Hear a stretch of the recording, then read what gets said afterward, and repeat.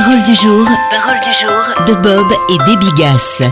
Nous lisons dans Exode 14, verset 13. « Restez en place et voyez comment l'Éternel va vous sauver aujourd'hui. » L'importance du nom. Yahvé Nissi, l'Éternel mon étendard. Il est difficile d'abandonner ses luttes à Dieu car on a l'impression de fuir ses responsabilités. On entend souvent « mais ne reste pas assis là les bras croisés ». Imaginez-vous en train de vous noyer, un sauveteur se précipite, mais vous vous débattez en vous agrippant à lui. Vous croyez l'aider alors que vous lui rendez la tâche impossible. Un vrai cauchemar. Ce n'est pas parce qu'on sait que Dieu combat pour nous qu'il faut éviter de se sentir concerné. La Bible dit « Restez en place et voyez comment l'Éternel va vous sauver aujourd'hui ». Ça ne veut pas dire se tourner les pouces ou négliger ses devoirs.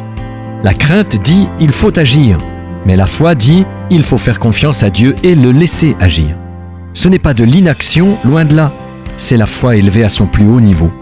Alors pourquoi faut-il encore des armes spirituelles ?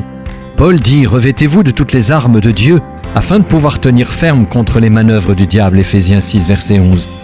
Les armes de Dieu, pas les nôtres. On ne doit pas combattre, mais tenir ferme. Car les armes avec lesquelles nous combattons ne sont pas charnelles. 2 Corinthiens 10, verset 4. Les méthodes humaines s'opposent à celles de Dieu. Et le matériel ne peut rien contre le spirituel. La larve de la libellule au fond de l'étang est vigoureuse et vorace. Mais une fois métamorphosée, que valent ces forces de lave pour vivre dans les airs ? Autrefois, on comptait sur nos propres forces. Aujourd'hui, on compte sur Yahvé Nissi. Soyez bénis. Retrouvez Parole du jour en version imprimée sur l'application ou sur paroledujour.com.